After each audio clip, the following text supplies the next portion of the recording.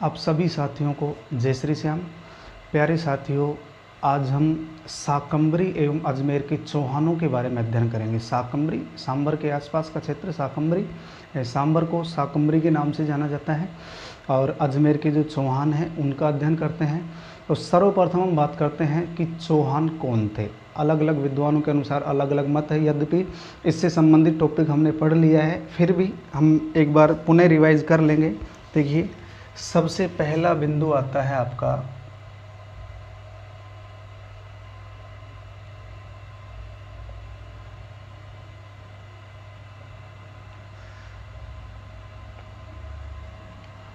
चौहान कौन थे। चौहान कौन थे, इसके बारे में विद्वानों के अनुसार अलग अलग मत आते हैं। जैसे नंबर 1,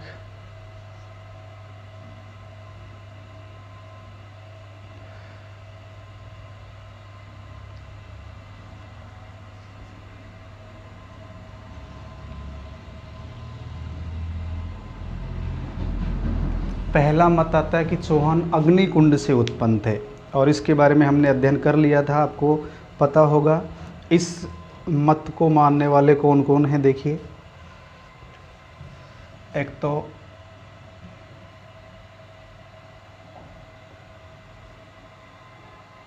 चंद्रबरदाई,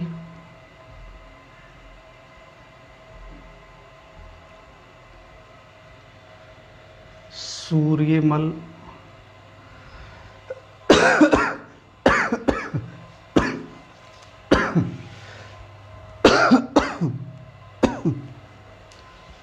व मोहनोत नैणसी। चौहान अग्निकुंड से उत्पन्न है, इस मत को मानने वाले चंद्रबरदाई, सूर्यमल मिश्रण और मोहनोत नैणसी हैं। इसके पश्चात देखिए,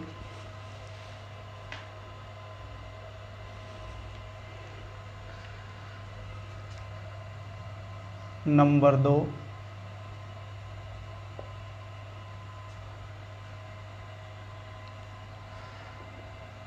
चौहान सूर्यवंशी हैं।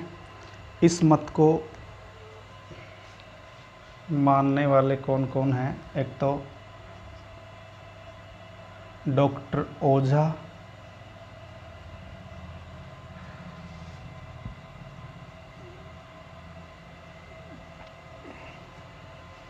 हम्मीर महाकाव्य,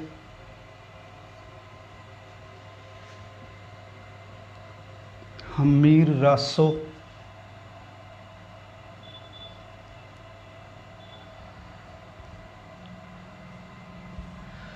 सुरजन चरित। डॉक्टर ओझा, हम्मीर महाकाव्य, हम्मीर रासो,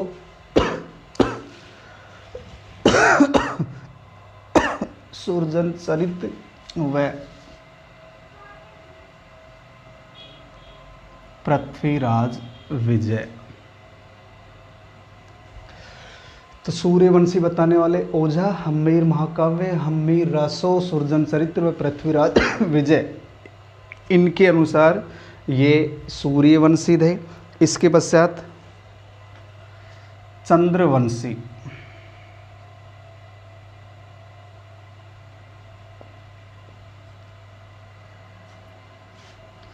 चंद्रवंशी मत देने वाले या मत का उल्लेख या चंद्रवंशी थे, इसका उल्लेख हमें कहाँ मिलता है, देखिए।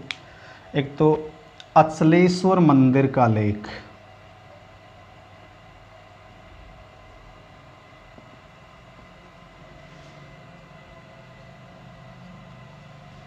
और एक है हांसी शिलालेख। अचलेश्वर मंदिर का लेख और हांसी शिलालेख के अनुसार ये कौन है, चंद्रवंशी हैं। नंबर 4,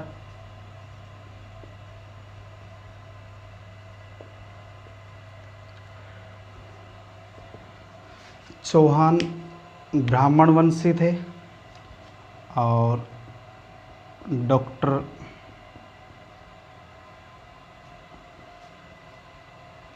दशरथ शर्मा,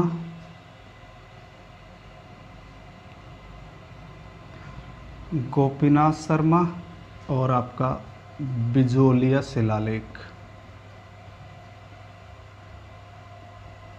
बिजोलिया शिलालेख। इसके पश्चात अगला मत आता है आपका नंबर 5,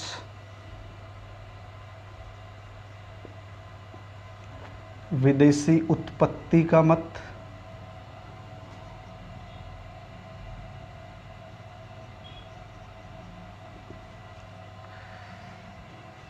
कर्नल टोड, स्मिथ और विलियम क्रुक।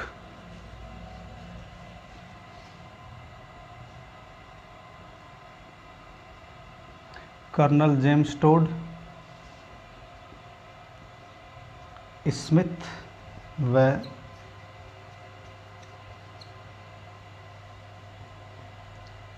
विलियम क्रुक, इनके अनुसार ये विदेशी हैं।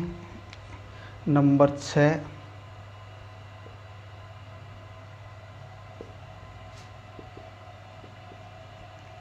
इंद्र के वंशज, रायपाल का सेवाड़ी अभिलेख,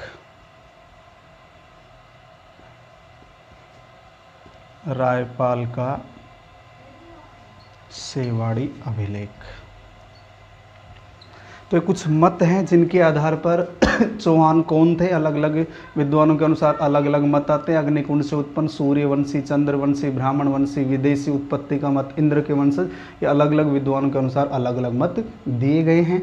इसके बाद हम बात करते हैं कि चौहानों का मूल स्थान क्या था, मूल स्थान क्या था, उसके बारे में भी अलग अलग मत आते हैं। तो एक बार आप इसका स्क्रीनशॉट ले लीजिए।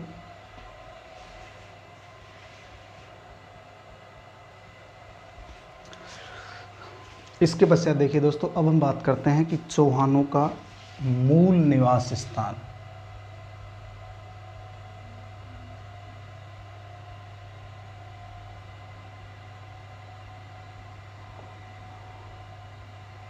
चौहानों का मूल निवास स्थान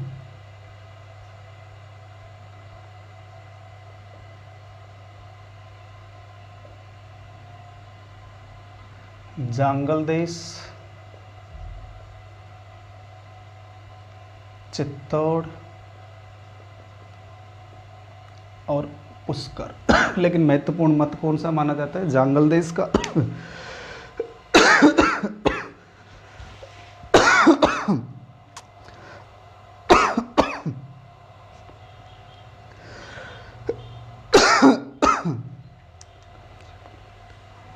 देखिए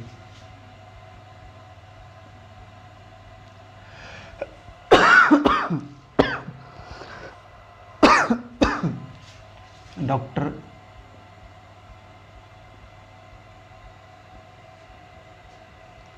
गोपीनाथ शर्मा के अनुसार जांगल देश है।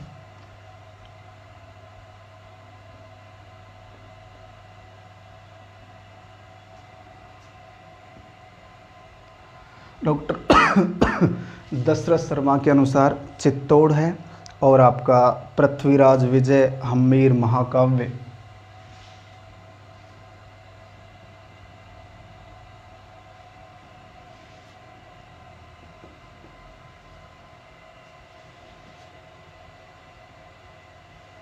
व सुरजन चरित, इनके अनुसार इनका निवास स्थान क्या है, पुष्कर। तो जांगल देश, जयपुर, बीकानेर, उत्तरी मारवाड़ का क्षेत्र जांगल देश कहलाता है। गोपीनाथ शर्मा, चित्तौड़ दशरथ शर्मा, पुष्कर पृथ्वीराज विजय, हम्मीर महाकाव्य और सुरजन चरित, इनके अनुसार इनका मूल निवास स्थान क्या था, पुष्कर। अब यहाँ पहला शासक आता है आपका, और शासक का नाम है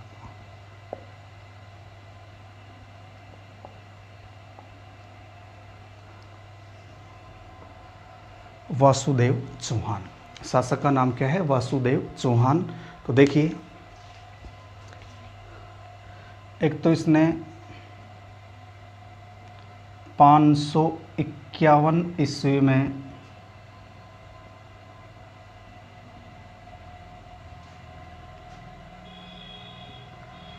चौहान वंश की स्थापना की। 551 ईस्वी में चौहान वंश की स्थापना की।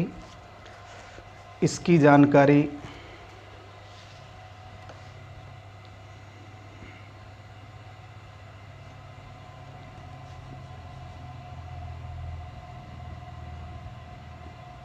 हम्मीर महाकाव्य, सुरजनचरित व बिजोलिया शिलालेख से मिलती है।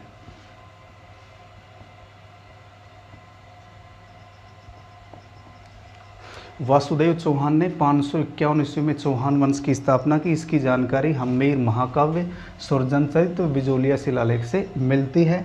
इसी प्रकार इसे चौहानों का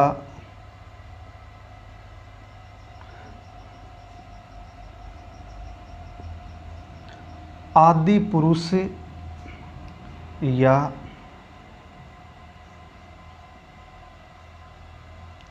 मूल पुरुष कहा गया। चौहानों का आदि पुरुष अथवा मूल पुरुष कहा गया। बिजोलिया शिलालेख में इन्हें वत्स गोत्रीय ब्राह्मण बताया गया है। बिजोलिया शिलालेख में इन्हें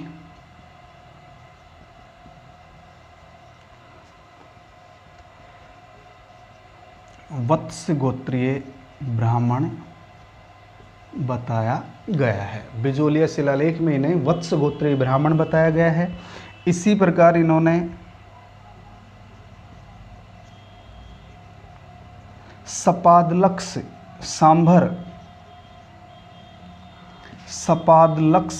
तक अपने साम्राज्य का विस्तार किया।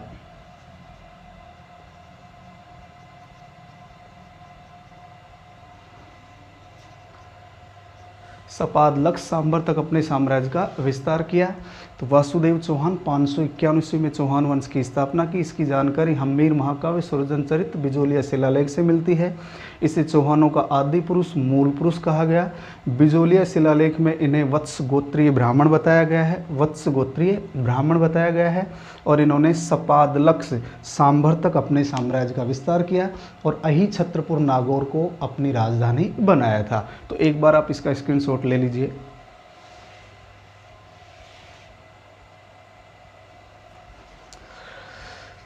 इसके पश्चात देखिए दोस्तों, हम वासुदेव चौहान के बारे में बात कर रहे थे। वासुदेव चौहान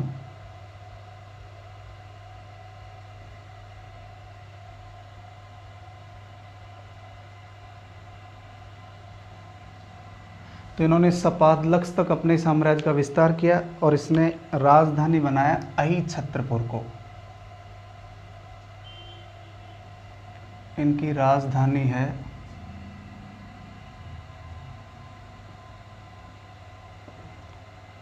अही छत्रपुर नागौर। तो ये चौहानों की प्रारंभिक राजधानी हो जाएगी। चौहानों की प्रारंभिक राजधानी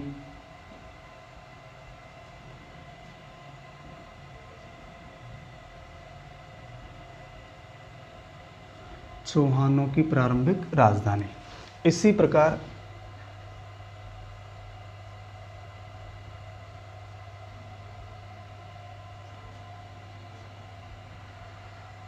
बिजोलिया शिलालेख के अनुसार वासुदेव ने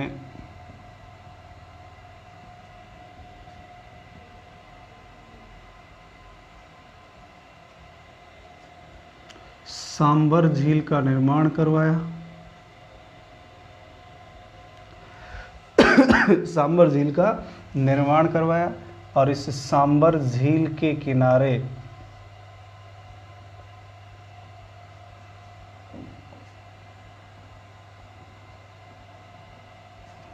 शाकंभरी माता का मंदिर स्थित है।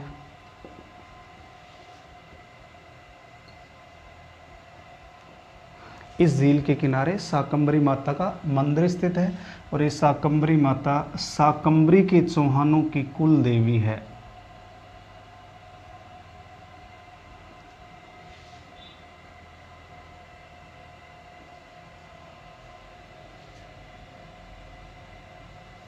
ध्यान रखना है, शाकंभरी के चौहानों की कुल देवी कौन है? शाकंभरी माता। इसके पश्चात देखिए सामंत वासुदेव चौहान का उत्तराधिकारी था। वासुदेव चौहान का उत्तराधिकारी था।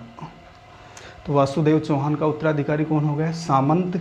सामंत के पश्चात एक शासक का उल्लेख मिलता है, दुर्लभ राज।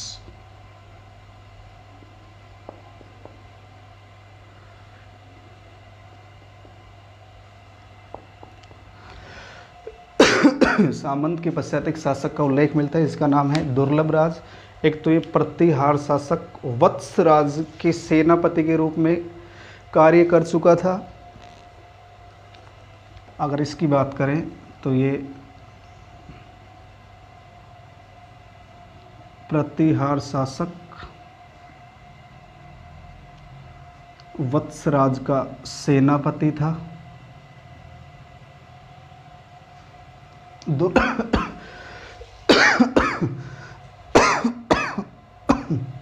इसका सेनापति था और इसने बंगाल व दोआब तक विजयी अभियान किया था।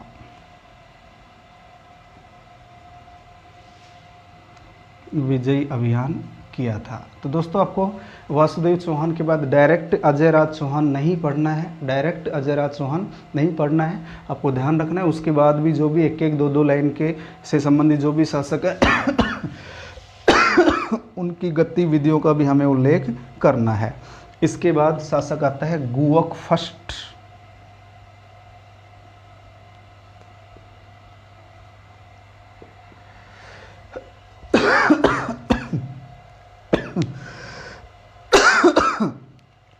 एक तो ये प्रतिहार शासक नागभट्ट द्वितीय का सामंत था। ये छोटी छोटी बातें एग्जाम में पूछी जा सकती हैं, ध्यान रखना है। प्रतिहार शासक नागभट्ट द्वितीय का सामंत था और यह है चौहानों का प्रथम स्वतंत्र शासक माना जाता है। यह चौहानों का प्रथम स्वतंत्र शासक माना जाता है और इन्होंने हर्षनाथ का मंदिर बनवाया। हर्षनाथ का मंदिर बनवाया जो चौहानों के इष्ट देव हैं। चौहानों के इष्ट देव हर्षनाथ का मंदिर बनवाया। सीकर में है हर्षनाथ का मंदिर जो चौहानों के इष्ट देव हैं। तो वासुदेव चौहान, उसके बाद सामंत, उसके बाद दुर्लभ राज और उसके बाद कौन है? गुवक फर्स्ट। इनको याद रखना है, छोटी छोटी एक एक दो दो लाइनें हैं, तो एक बार आप इसका स्क्रीनशॉट ले लीजिए।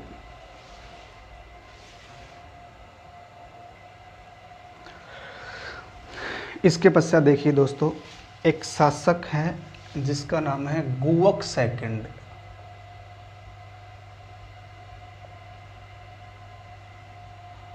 गुवक सेकंड है। एक तो ये प्रतिहार शासक भोज प्रथम का समकालीन था। ये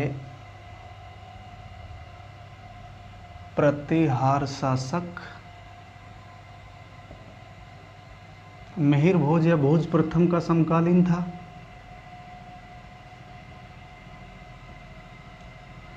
और इसने अपनी बहन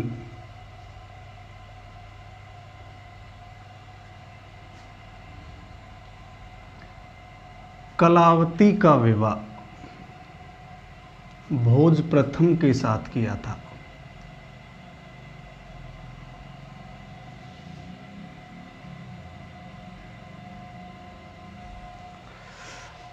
इसने अपनी बहन का नाम है कलावती का विवाह किसके साथ किया? भोज प्रथम के साथ। इसके बाद एक शासक आता है चंद्रराज।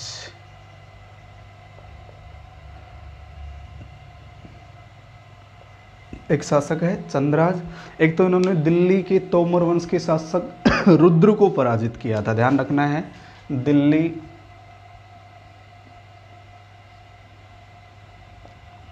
के शासक रुद्र जो तोमर वंश का था को पराजित किया।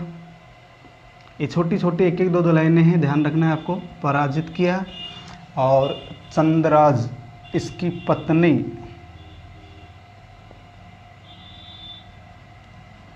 रुद्राणी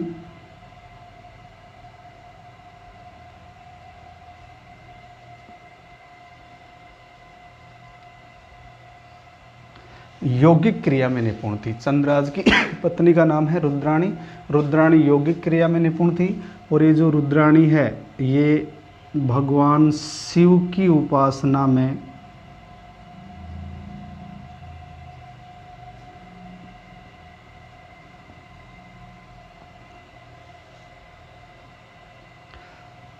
पुष्कर झील में प्रतिदिन 1000 दीपक जलाती थी।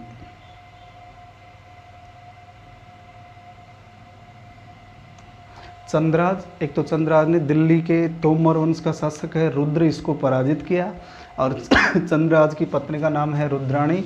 ये यौगिक रुद्राणी यौगिक क्रिया में निपुण थी और शिव की उपासना करती थी। शिव की उपासना में ये प्रतिदिन 1000 दीपक कहाँ जलाती थी? पुष्कर झील में जलाती थी। इसके पश्चात एक शासक आता है वाकपतिराज फर्स्ट।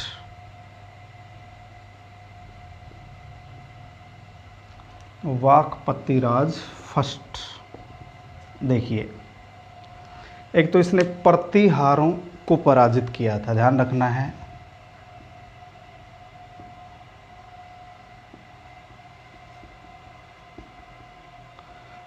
प्रतिहारों को इसने पराजित किया था। हर्षनाथ अभिलेख में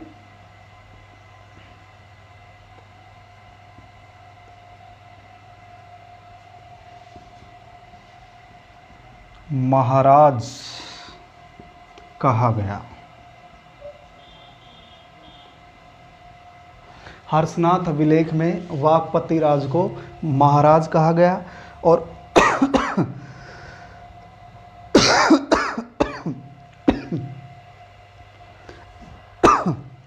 पुष्कर अभिलेख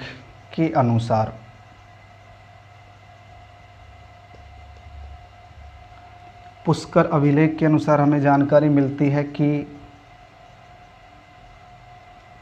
वाकपतिराज प्रथम के उत्तराधिकारी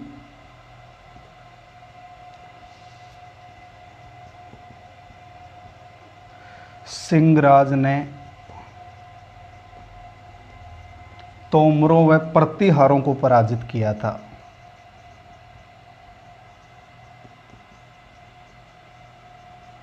तोमरों व प्रतिहारों को पराजित किया था। इसकी जानकारी हमें कहाँ से मिलती है? पुष्कर अभिलेख से मिलती है। तो देखिए, पर पुनः देखिए, गुवक सेकंड प्रतिहार शासक भोज प्रथम का समकालीन था। इन्होंने अपनी बहन कलावती का विवाह भोज प्रथम के साथ किया था। चंद्रराज दिल्ली के शासक रुद्र तोमर वंश का था, इसको पराजित किया। इनकी पत्नी रुद्राणी यौगिक क्रिया में निपुण थी और ये भगवान की शिव की उपासना में प्रतिदिन पुष्कर झील में 1000 दीपक जलाती थी। वाकपतिराज फर्स्ट प्रतिहारों को पराजित किया था। हर्षनाथ अभिलेख में महाराज कहा गया। और पुष्कर अभिलेख से हमें जानकारी मिलती है कि वाकपतिराज प्रथम के उत्तराधिकारी सिंहराज ने तोमरों व प्रतिहारों को पराजित कर दिया था। तो ये जानकारी हमें कहाँ से मिलती है? पुष्कर अभिलेख से। एक बार स्क्रीनशॉट ले लीजिए।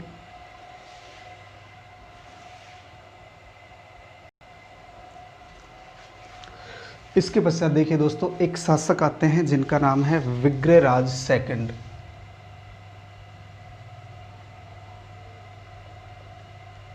विग्रहराज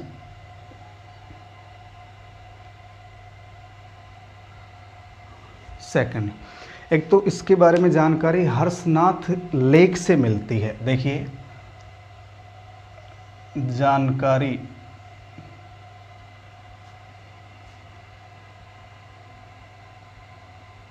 हर्षनाथ लेख से मिलती है। ये प्रारंभिक चौहान शासकों में सर्वाधिक प्रसिद्ध एवं शक्तिशाली शासक था।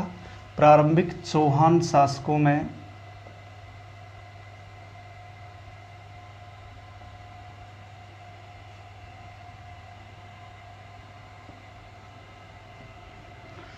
सर्वाधिक शक्तिशाली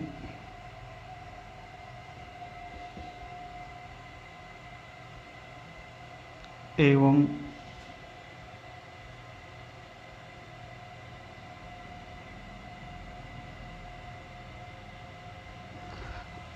प्रसिद्ध शासक था। एक इसने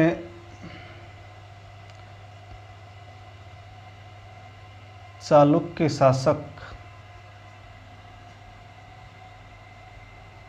मूलराज प्रथम को पराजित किया। ये अनहिल पाटन गुजरात से संबंधित था। मूलराज फर्स्ट को, जो चालुक्य वंश का शासक है, इसको पराजित किया। इसी प्रकार भड़ोच में अपनी कुल देवी, भड़ोच गुजरात,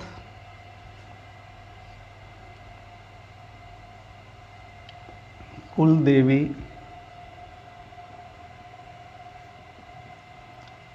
आशापुरा माता का मंदिर बनवाया। भड़ोच में अपनी कुलदेवी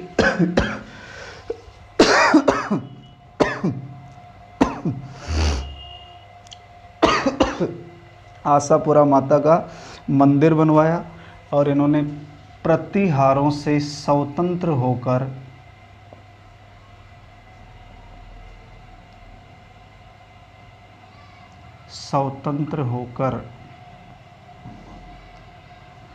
एक स्वतंत्र सत्ता की स्थापना की।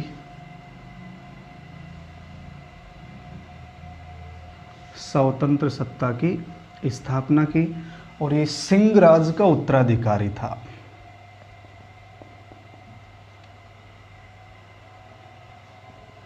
सिंह राज का उत्तराधिकारी था।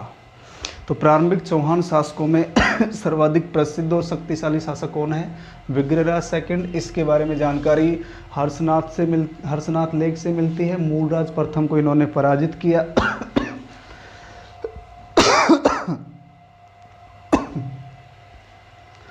अपनी कुलदेवी आशापुरा माता का मंदिर बनवाया, प्रतिहारों से स्वतंत्र होकर स्वतंत्र सत्ता की स्थापना की और ये सिंहराज का उत्तराधिकारी था। इसके बाद आता है दुर्लभ राज सेकंड।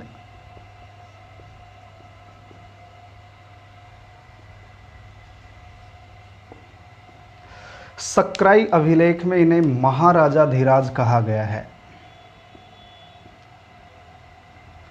सक्राई अभिलेख में महाराजाधिराज कहा गया है। सक्राई अभिलेख में इन्हें महाराजाधिराज कहा गया है और इन्होंने नाडोल के चौहान राजा महेंद्र को पराजित किया था।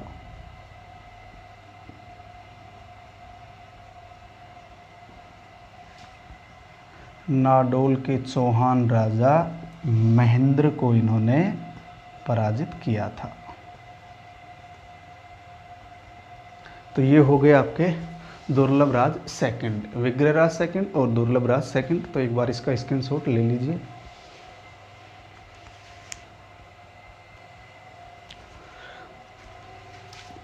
इसके पश्चात देखिए दोस्तों, एक शासक आते हैं गोविंदराज थर्ड।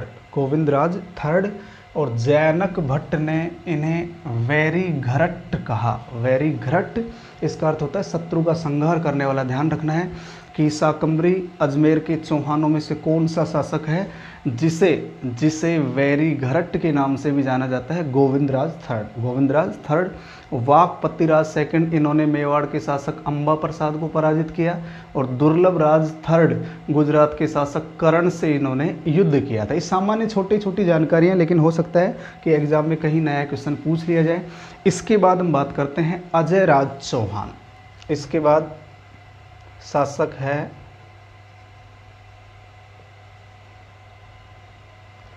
अजयराज चौहान 1105 से 1133 ईस्वी 1105 से 1133। एक तो ये पृथ्वीराज प्रथम का उत्तराधिकारी था। पृथ्वीराज प्रथम का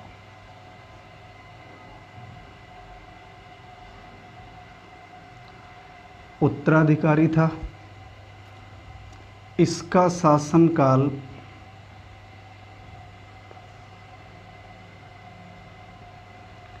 चौहानों का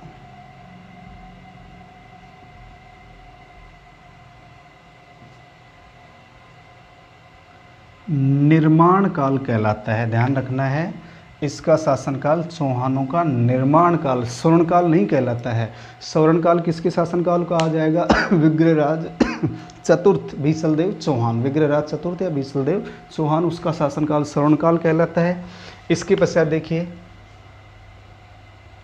इन्होंने मालवा के शासक नरवर्मन की शक्ति को दबाए रखने के लिए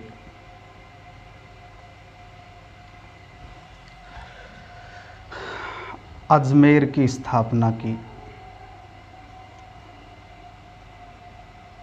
अजमेर की स्थापना की 1113 ईस्वी में, और इनकी राजधानी भी क्या थी? अजमेर।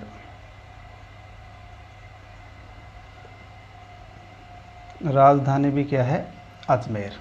तो अजमेर की स्थापना की मालवा के शासक नरवर्मन की शक्ति को दबाए रखने के लिए। इसी प्रकार इन्होंने 1113 ईस्वी में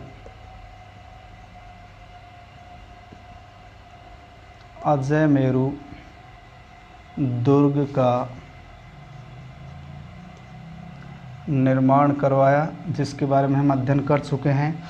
एक तो इसका प्राचीन नाम गढ़बीठली,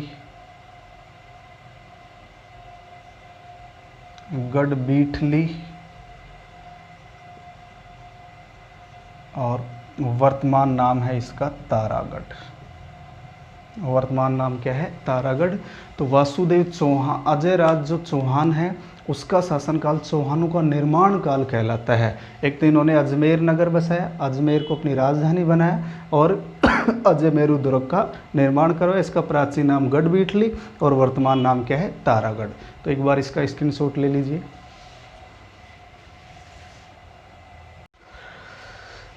इसके पश्चात देखिए दोस्तों, हम अजयराज चौहान के बारे में अध्ययन कर रहे हैं। अजयराज चौहान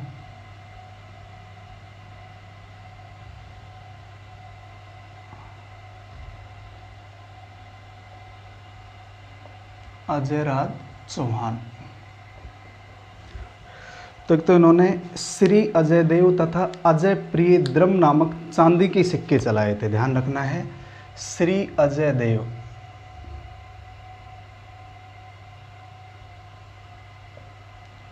व अजय प्रिय द्रम नामक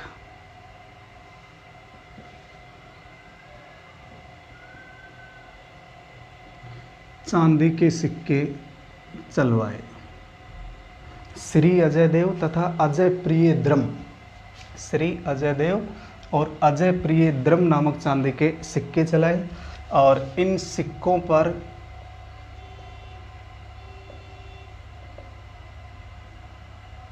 पत्नी सोमलेखा अथवा सोमल देवी का नाम अंकित करवाया।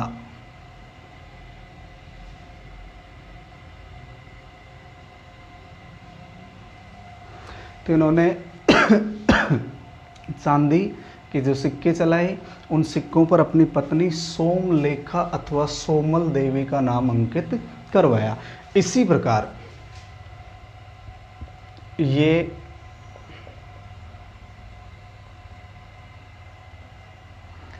शैव मत के अनुयायी थे, ये शैव मत को मानने वाले थे, लेकिन इन्होंने अपने शासनकाल में धार्मिक सहिष्णुता की नीति अपनाई। इन्होंने धार्मिक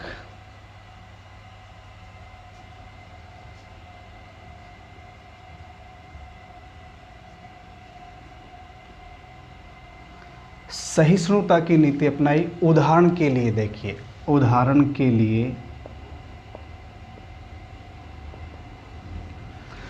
यद्यपि ये शैव मत को मानने वाले थे, लेकिन इन्होंने धार्मिक सहिष्णुता की नीति अपनाई। उदाहरण के लिए नंबर 1, अजमेर में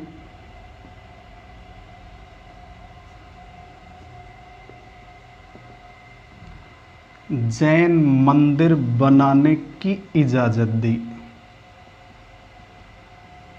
तो ये धार्मिक सहिष्णुता की नीति है, उसका एक उदाहरण है। नंबर 2, दिगंबर व श्वेतांबर के शास्त्रार्थ में भाग लिया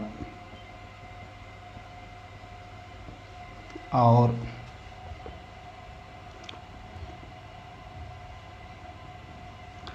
पार्श्वनाथ जैन मंदिर के लिए सोने का कलश भेंट किया।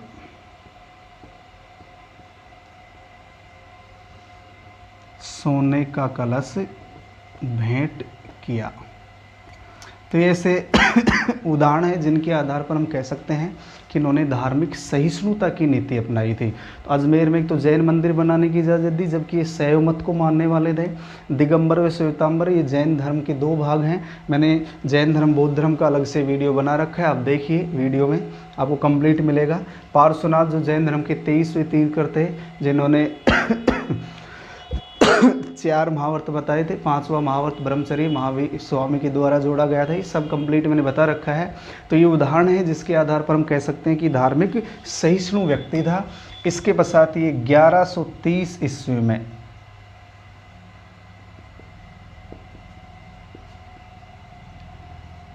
शासन का कार्यभार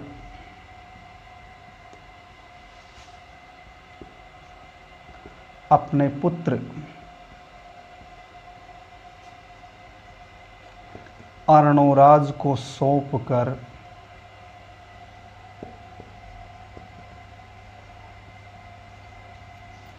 कोंकण तीर्थ, ये कोंकण तीर्थ है पुष्कर में, कोंकण तीर्थ चले गए। तो ये थे आपके अजयराज चौहान। इसके बाद नेक्स्ट जो शासक आएगा वो आएगा अर्णोराज। शासक कौन आएगा? अर्णोराज। तो एक बार इसका स्क्रीनशॉट ले लीजिए।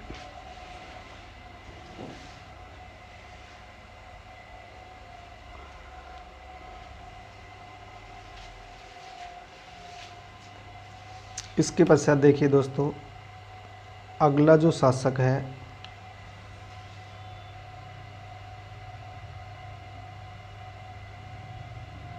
अर्णोराज।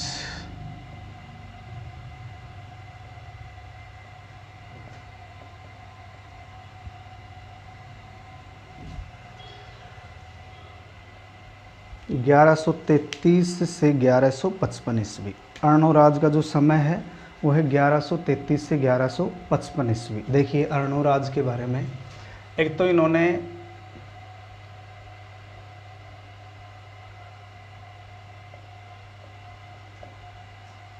तुर्क आक्रमणकारियों को पराजित किया।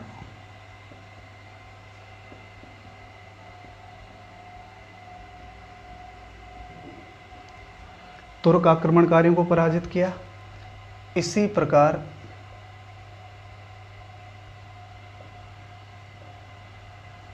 मालवा के शासक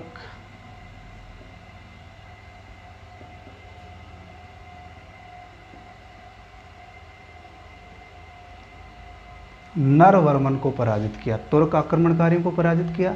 मालवा का शासक कौन है? नरवर्मन, इसे पराजित किया। लेकिन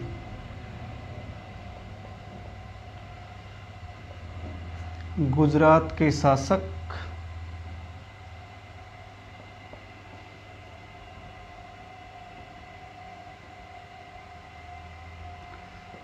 कुमारपाल चालुक्य ने अर्णोराज को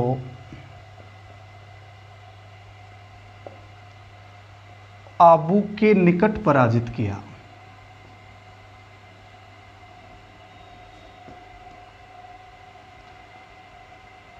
ये ध्यान रखना है। तुर्क आक्रमणकारियों को पराजित किया, मालवा के शासक नरवर्मन को पराजित किया लेकिन ये गुजरात के शासक कुमारपाल चालुक्य से पराजित हुए। और इसकी जानकारी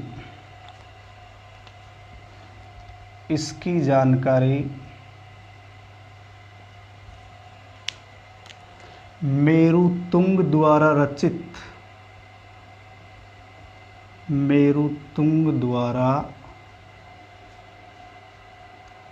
रचित प्रबंध चिंतामणि से मिलती है।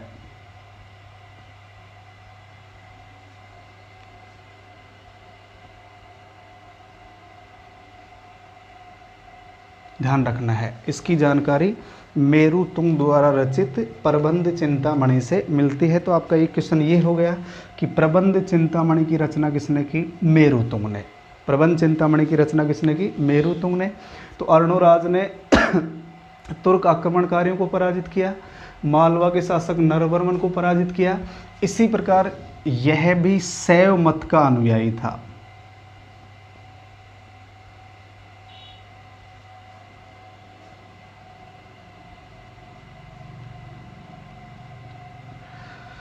इन्होंने अजमेर में वराह मंदिर का निर्माण करवाया था।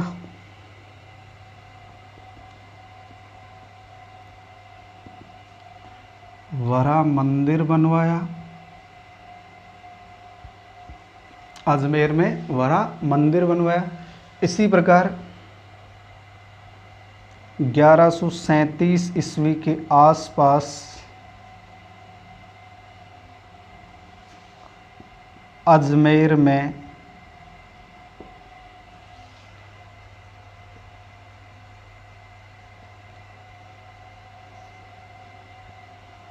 आना सागर झील का निर्माण करवाया। 1137 ईस्वी के आसपास अजमेर में आना सागर झील का निर्माण करवाया था। आपको ध्यान रखना है, झील के किनारे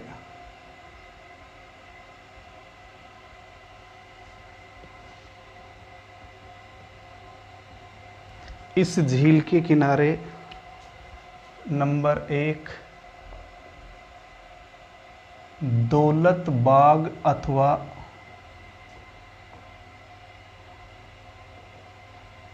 सुभाष उद्यान और एक है बारहदरी। तो इस झील के किनारे दौलत बाग या सुभाष उद्यान का निर्माण तो किसने करवाया था? मुगल शासक जहांगीर ने। और बारहदरी का निर्माण किसने करवाया था? शाहजहां ने। इस झील के किनारे एक तो दौलत बाग स्थित है जिसे सुभाष उद्यान कहा जाता है, एक है बारहदरी जिसका निर्माण किसके द्वारा करवाया गया? शाहजहां के द्वारा। इसके दरबार में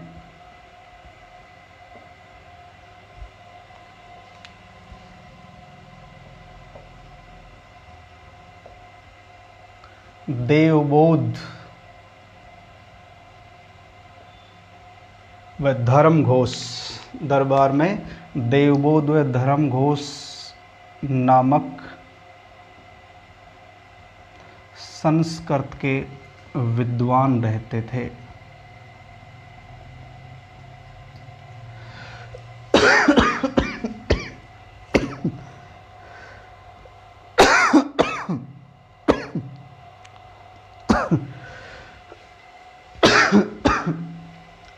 देवबोध और धर्मघोष नामक संस्कृत भाषा के विद्वान रहते थे। इसके पश्चात इसके पुत्र का नाम है जगदेव। पुत्र का नाम क्या है? जगदेव। तो 1155 में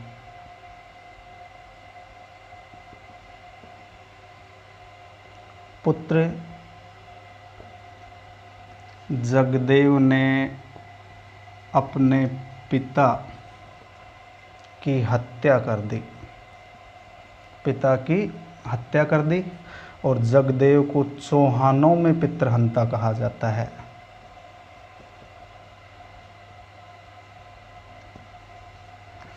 चौहानों में पितृहंता कहा जाता है। ध्यान रखना है, प्रतिहारों में पितृहंता मिहिर भोज को कहा जाता है। प्रतिहारों में पितृहंता किसे कहा जाता है? मिहिर भोज को। तो एक बार पुनः देखिए, अर्णोराज तुर्क आक्रमणकारियों को पराजित किया, मालवा के शासक नरवर्मन को पराजित किया, गुजरात का शासक कुमारपाल चालुक्य वो इसे आबू के निकट पराजित करता है, जिसकी जानकारी मेरू तुंग द्वारा रचित प्रबंध चिंतामणि से मिलती है। ये भी शैव मत का अनुयायी था। अजमेर में वरा मंदिर का निर्माण करवाया। 1137 ईस्वी के आसपास अजमेर में आना सागर झील का निर्माण करवाया। आना सागर झील का निर्माण, इस झील के किनारे दौलत बाग का निर्माण जहांगीर ने और बारादरी का निर्माण शाहजहाँ ने करवाया। बारादरी का निर्माण शाहजहाँ ने। दरबार में संस्कृत भाषा के 2 विद्वान रहते थे, देवबोध और धर्मघोष। देवबोध और धर्मघोष। पुत्र जगदेव ने 1155 में अपने पिता अर्णोराज की हत्या कर दी, और जगदेव को चौहानों में पितृहंता कहा जाता है। जगदेव को चौहानों में पितृहंता कहा जाता है। तो एक बार इसका स्क्रीनशॉट ले लीजिए।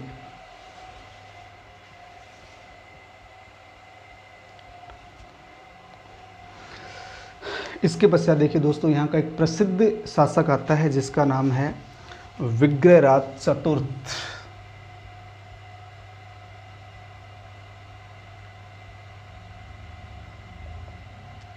विग्रहराज चतुर्थ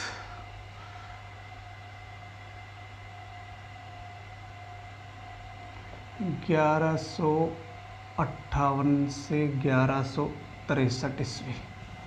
1158 से 1163। तो 1155 से 58 तक जगदेव ने शासन किया था। ध्यान रखना है, जगदेव ने 1155 से 1158 ईस्वी तक शासन किया था। इसके बाद शासक कौन बना? विग्रहराज चतुर्थ। इनका अन्य नाम बीसलदेव चौहान।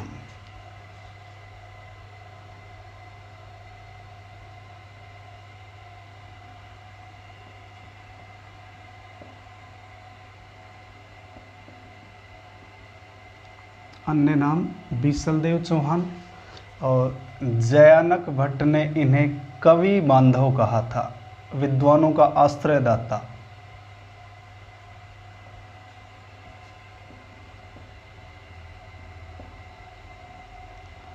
कवि बांधव की उपाधि दी। दिल्ली शिवालिक स्तंभ लेख से इसके बारे में जानकारी मिलती है। ध्यान रखना है, जानकारी का स्रोत दिल्ली शिवालिक स्तंभ लेख। दिल्ली शिवालिक स्तंभ लेख, इसके बारे में जानकारी का महत्वपूर्ण स्रोत क्या है? दिल्ली शिवालिक स्तंभ लेख। अब देखिए, इन्होंने स्वयं ने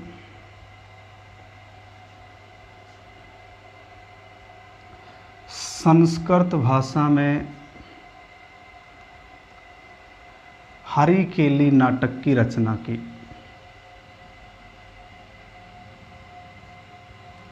इन्होंने स्वयं ने संस्कृत भाषा में कौन सा नाटक लिखा? हरिकेली नाटक। और ध्यान रखना है, इस नाटक की पंक्तियाँ एक तो 2.5 दिन का झोपड़ा अजमेर और एक राजा राम मोहन राय का स्मारक जो लंदन में है ब्रिस्टल नगर लंदन में, उनका सितंबर 1833 में वहीं देहांत हुआ था, इसलिए उनका स्मारक वहीं बना हुआ है। तो वहाँ भी इस नाटक की पंक्तियाँ लिखी हुई हैं। ध्यान रखना है, हरिकेली नाटक की पंक्तियाँ नाटक की पंक्तियाँ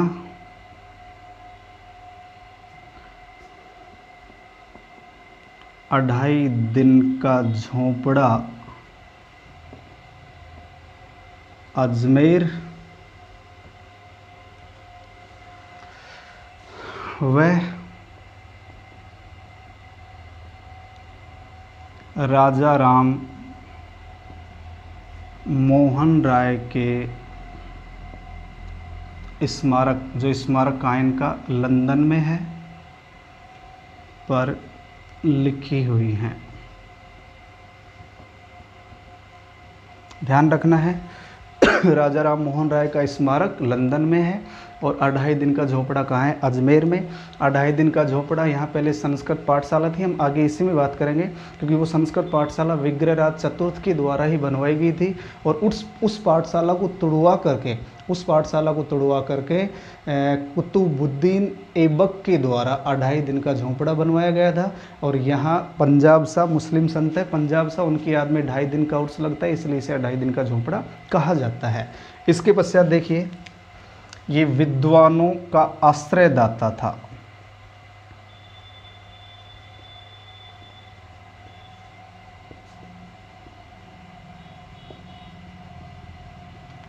विद्वानों का आश्रयदाता था सोमदेव। विद्वानों की बात करें, सोमदेव ने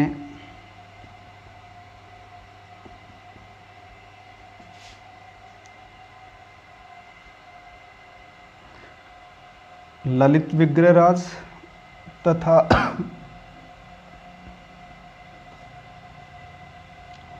नरपति नाल ने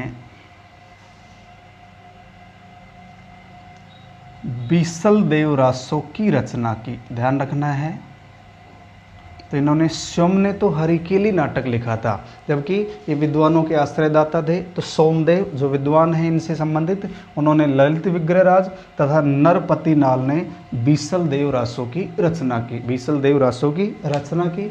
और इनका शासनकाल चौहानों का सवर्ण काल कहलाता है। शासनकाल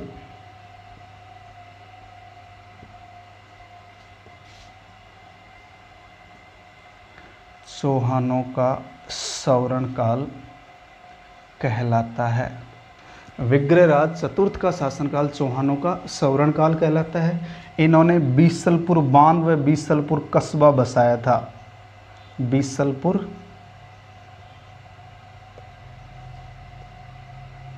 कस्बा व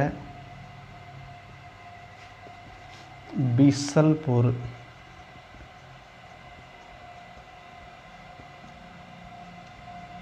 बांध का निर्माण करवाया। एक बार पुनः देखिए, विग्रहराज चतुर्थ जगदेव ने 1155 से 58 तक शासन किया। इनका अन्य नाम मिलता है बीसलदेव चौहान।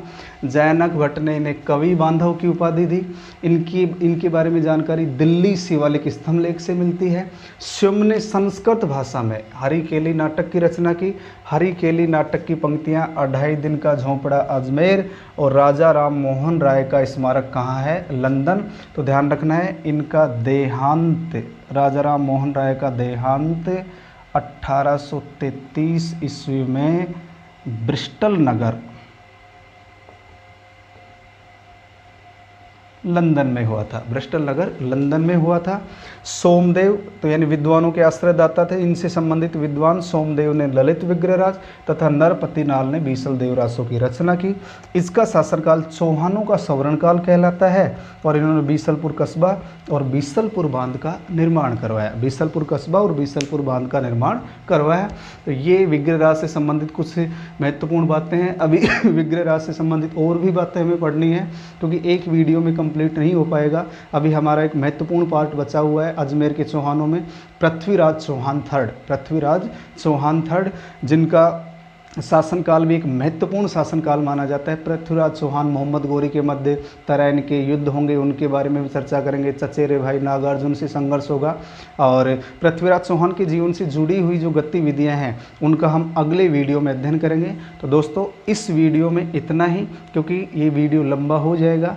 आधा जो पार्ट बचा हुआ है विग्रहराज का वो अगले वीडियो में, और उसके साथ साथ पृथ्वीराज चौहान तृतीय के बारे में भी अध्ययन करेंगे। तो आज के वीडियो में इतना ही। जय हिंद, जय भारत।